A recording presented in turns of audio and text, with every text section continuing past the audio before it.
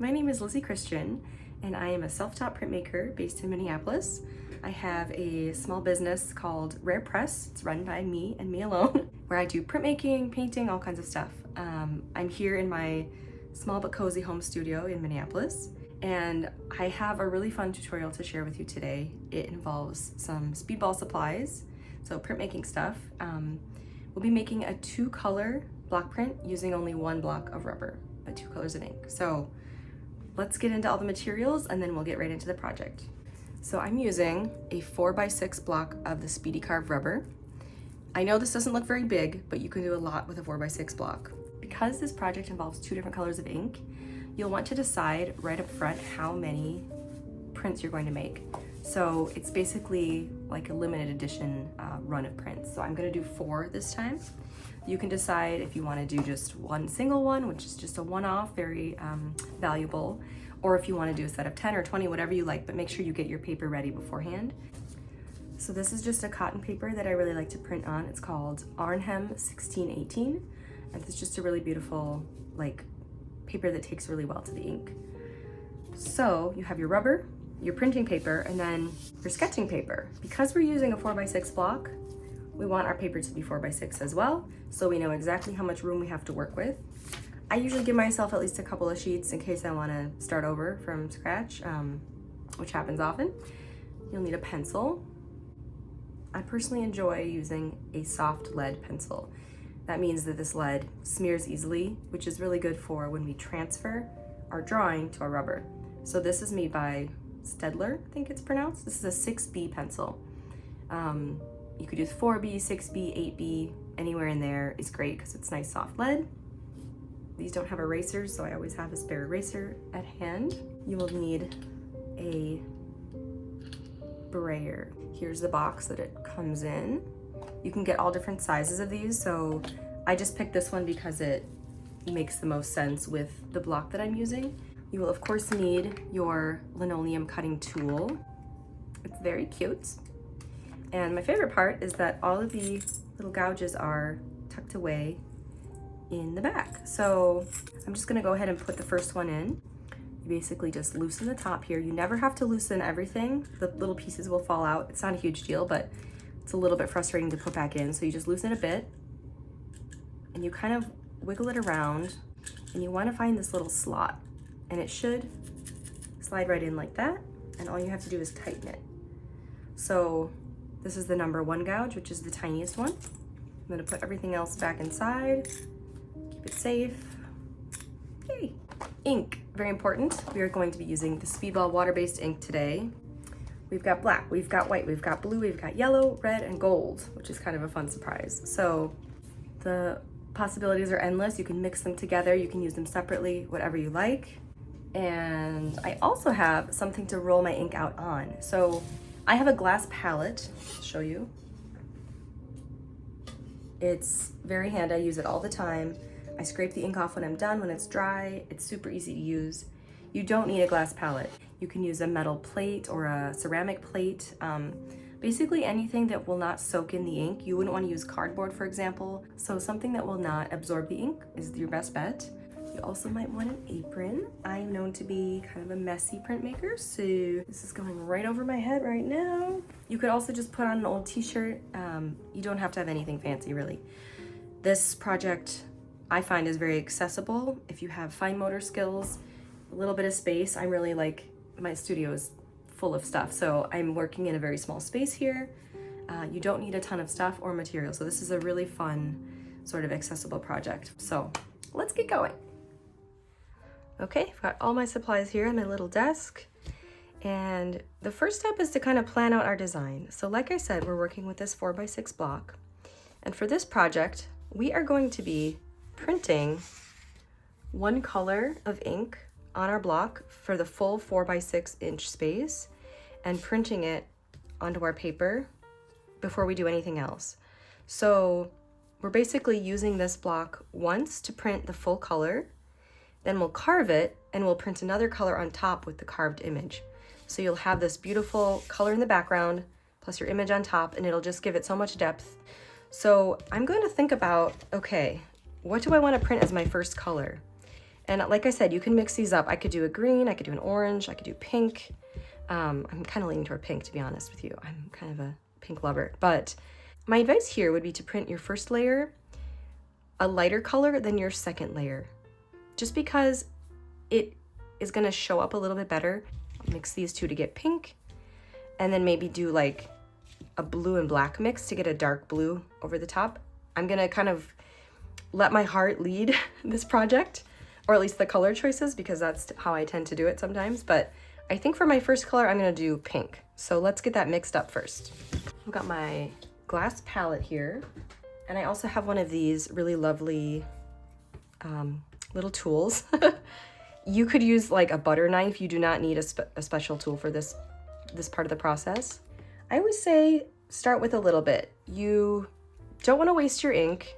You can always add more, and especially since I'm only doing 4 prints in this series, I'm not going to need a ton of ink.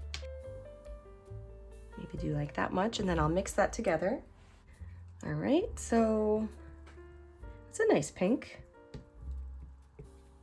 You know, I think I'm going to do something a little interesting and add a tad bit of yellow.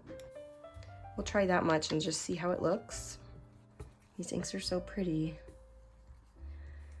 Yeah, I like that a lot. It's kind of like a creamy, salmony pink. I'm gonna go with that. Okay, so making sure it's all evenly mixed. And then I'm gonna kind of leave it in a little blob like this so I can easily kind of dip my roller in and go from there. I have a 5x7 sort of, I would call this like a frame. And my goal here is to ink my block, lay my frame down, and then print from the top down. And this allows me to know exactly where the block is landing. It's going to be a little bit tricky for me to ink this and then try to hold it without getting my fingers inky and drop it from the top and get it right. So for this part of the process, I'm using this little frame kind of as a guide.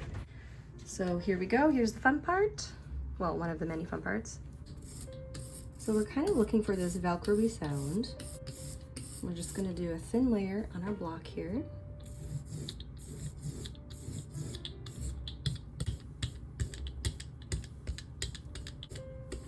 And then I like to do maybe one more thin layer just to be sure we're good. So I get a little more here, spread it out.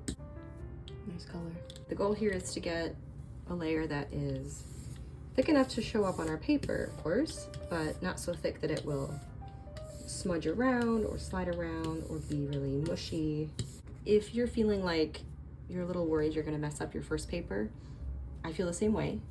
You could just have the number of papers you want for your print edition. So in my case 4, and I might have a couple extras lying around just in case, right? So no big deal. So we line it up. Let me move my ink just to be safe. You can see how I'm just kind of eyeballing it, lining it up right over the top, gently setting it down. If your fingers are clean, double check. You can go ahead and use your fingers. It's totally an option. You could use the back of a spoon. I have a very well-loved bear in here. This is also made by Speedball. I have several of these that are extremely well-loved. I use them for workshops, so they don't look very great. But you can either kind of push down firmly all over the block here, all over the back of your paper. Make sure the edges feel like they got good contact with the paper. And I guess, you know, one of my favorite things about printmaking is that the image that you have in your head, you might get close to it, but you're gonna have some surprises along the way, I feel. So if I find that this ink, if this like particular print here is very blotchy or kind of hazy or not perfect, I'm actually okay with that because I think it just adds so much character to the final piece. So just keep that in mind.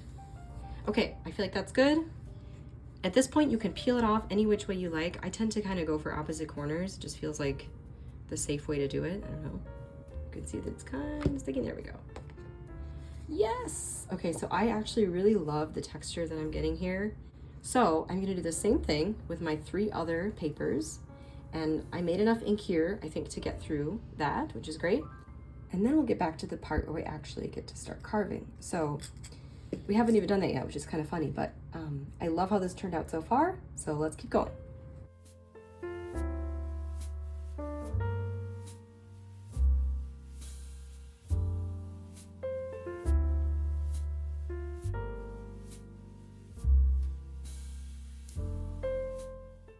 Okay, we did it. We have our this is the first one, 4 sheets ready to go. You can see that the first one has a little more texture, and the other 3, because they already had a bit of ink on the block, are a little more opaque. And the great thing about this ink is that it dries quite quickly, and so this one is already starting to dry a bit. And the good thing about this project is that while we're waiting for those to dry, we're going to start carving our block. So the next step is to go wash off this ink. You want your block to be nice and clean and dry. Soap and water in the sink, and then make sure you dry it off and come right back. So it's time to start planning our design, which I've been kind of brewing in my head what to do. This is just very basic printer paper. It works really good for this process. I tend to lean toward florals and faces and ladies and plants and that kind of stuff. So I'm kind of thinking maybe a bouquet type thing. So when I do my workshops, I always tell people to start their sketch lightly, and then once they're satisfied with it, to go over it really dark with this pencil. Basically, the darker you can draw with this pencil, the better your transfer will be. I will show you the transfer method as soon as we're at that step. But a faint drawing with this pencil will not work as well as a really, really dark one. So at this point, you can draw anything you want. This image, remember, will be printed on top of your first color. So think about what would really stand out and make an impression, literally make an impression. And it can be a simple, shape. It can be something geometric. It could be a flower. It could be a face. It could be a word. If you're doing text, you can write your text normally on your paper, and it will double transfer basically. So it's like a double negative, so you don't have to worry about like writing text backwards, which is really nice.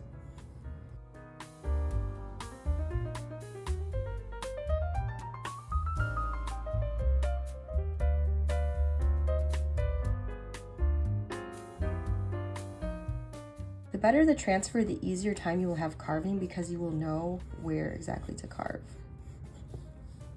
And like I said earlier, the plan you have in your head might change, or the vision might be different at the end. And that's partly because you're kind of doing like this almost translating. Like, I had my first sketch, now I'm going over it. That sketch is going to look different on the second layer, right? And then when you transfer it, it'll change a bit, and then when you carve it, it'll change a bit. So at every step, there's a bit of editing that happens kind of without even trying, which I don't mind. I kind of like the surprise of like the image being slightly different at the end. And you kind of have to let go of control, which I like to do sometimes, even though I hate to do. So now comes the part where we have to use our brain a little bit, which I know, so annoying, but it'll be worth it. So you have to think about what you're carving out and what you're leaving. I'm thinking about, okay, if I carve all of this out, pink will be revealed underneath, right? And my next color, which I've decided I'm going to use black, a straight black, will be, let's say it's the background color. So if I'm carving out all these inside pieces, those will all be still pink, right? Because there's still pink over here, and everything else will be black. So I think that's what I'm going to go for, because I like the idea of it being like a night sky. And so the moon will be pink, the flowers will be pink, the inside of the vase will be pink, but the background will be black, if that makes sense. So this will make more sense as we go through the process, but I just wanted to kind of bring that up. If I was doing the opposite, for example, carving the background away, the background would stay pink and the flowers would stay dark. So it's kind of a brain twister. It always hurts my brain, I'm not gonna lie, but we're gonna do it together, we'll figure it out. So here's a really satisfying part of the process. You have your drawing, nice and dark, flip it over onto your 4x6, and it lines up perfectly, as it should. Grab your tool. Use this end of the tool to gently swipe over your image. You're holding it with your non-dominant hand down here, but you're swiping, and as long as you're holding it, you can peek up and see if it's working. And lo and behold, it's working. So keep going.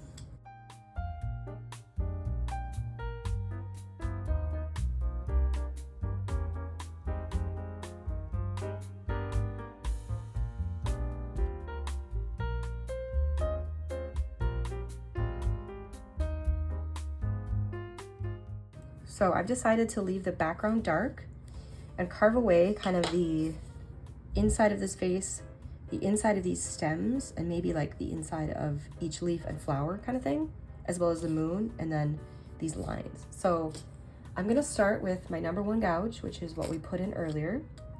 I always recommend starting with the #1 because it gives you a good sort of guideline and outline, so that when you're ready to carve a bigger area, you can go in and switch it out. So it just kind of helps my brain know where to carve and where not to carve.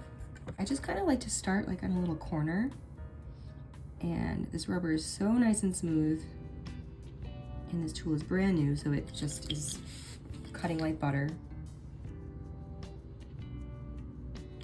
So I'm cutting out all those areas that I want to stay pink. And a trick that I like to use as well is if you're carving with your dominant hand, this is my right hand, I'm using my left hand to kind of turn the block. Instead of curving my arm in really uncomfortable positions, I'm using this hand here on my left to turn the block. And my right hand is just pushing the tool along. It's really nice for example, circles. I basically pick a position to start, doesn't matter where, and my left hand's turning the block, my right hand is pushing the tool. It's hard to get a perfect circle. I don't know if anyone can do that unless they're extremely like mathematical. But for me, that's good enough, and then I can go in and take out the rest.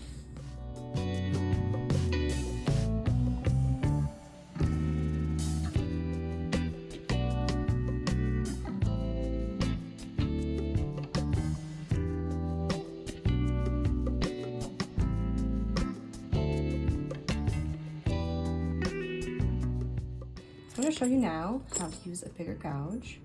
Like I said, twist, but don't take all the way off. This should slide out easily, like this. And I'm going to go in with the #5, which is like, for me, it's the best. It's the scooper one. And again, you're going to find the little gap there, like that. Tighten it up. I'm going to leave these gouges out this time. Close this up nice and tight. And then this is kind of my favorite carving part because it's just more satisfying, in my opinion. So here we're taking this out because we want it to stay pink. So these blocks are really nice because they are quite thick. You don't really ever run the risk of going through them. In all the classes I've ever taught, I don't think anyone has ever cut through their block, this rubber block. Again, these are called Speedy Carve, made by Speedball. And that's what I really like about them, is they're really thick, easy to carve. They're great for printing on fabric if you ever want to explore that. So just a really good way to get started printmaking.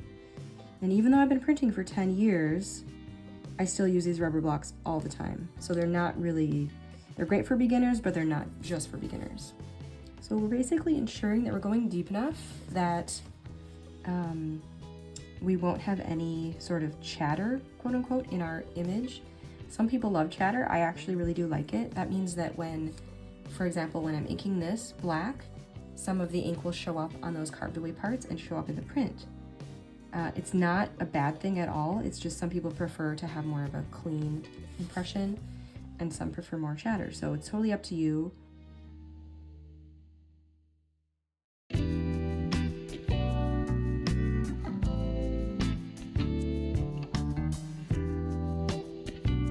We're ready to print our second layer, and the greatest part is these are dry, so really it's going to be really easy to print on top of. The print will dry faster overall if the layers dry separately, so we're good to go. Okay, we're going in with the black layer. Again, we don't need a ton. Start with about that much. And because we're doing just straight black, we're not mixing anything, so we don't need our little mixing tool. I went and washed off my brayer in the sink. Perfectly clean now. Bit of pink there, but that's okay. One thing I like to do, if you have a little brush or just your hands, just kind of brush it off. Make sure there's no little bits of rubber. Those will kind of interfere with your print. So you can blow on it, make sure it's all good. I love this part because it's like the big reveal of what all of your carving work has turned into. So again, we're looking for not too thick, not too thin. I always start with a thin layer, just because if you add a big gloppy layer to the block, it's gonna be really hard to print and you're just gonna have to go wash it off. So I tend to start light and then add more if I need to. You can see here, you can see a little bit of texture there on the roller. That's what we want. Here we go, ready? Gasp. I love this. One really kind of fun side effect or outcome of this particular project is that you now have this block ready to go. So let's say you wanted to print another series of the same thing but with a different background color.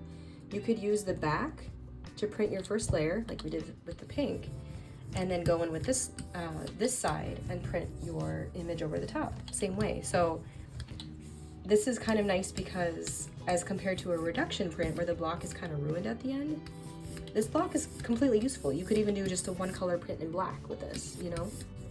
So you can see my first layer is a little patchy. It's not completely even. So I like to go in again and do a second layer.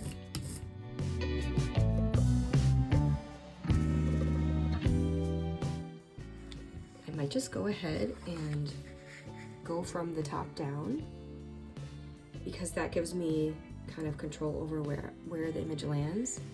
So I'm going to hold it gently on the edges as I can. And you can see it's not going to be perfect, but I actually really like that. You might feel differently. You might want to try a method where you're using what's called pins and tabs, which gives you really complete control over the registration, is what it's called when you're lining two things up like this. In this case, I'm kind of digging the like slightly off registration. If that's what's going to happen, we'll see.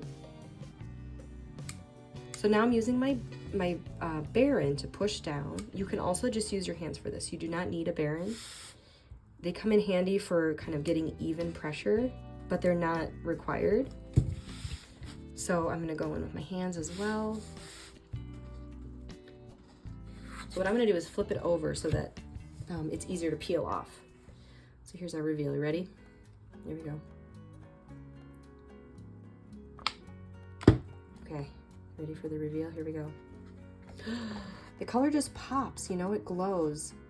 And like I said, because it's the first inking, you can see it's a little hazy and the pink shows through a bit. I kind of like that. This here is a little funky. It doesn't bother me too much, but I think the second print will be a little bit better just because there's already ink on the block.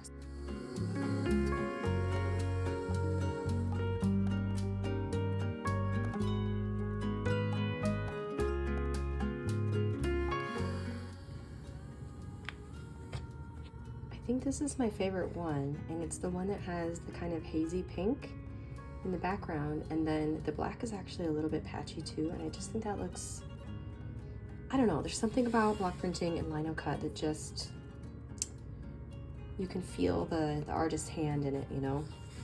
If you start to think about, okay, what if I did blue in the background? I think that would look amazing. This is basically kind of a reduction print, except the first layer was all one color. We didn't cut anything away. If you wanted to try reduction printing, instead of printing the whole block pink, you would carve away some stuff first so that you have some white in here, some areas uninked. But this I feel like is a really great introduction to just the process of using two colors in general. So super happy with these.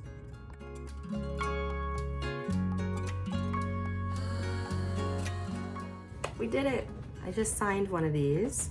So this is an edition of 4. So I did 1 out of 4 and I named it Moon Bouquet. So creative. And I signed it and dated it. I I think this could be a super fun project if you wanted to send people a holiday card, for example. Just so many possibilities. These Speedball products make it so easy. You can see that I'm working in like a, 3 foot by 2 foot space right here.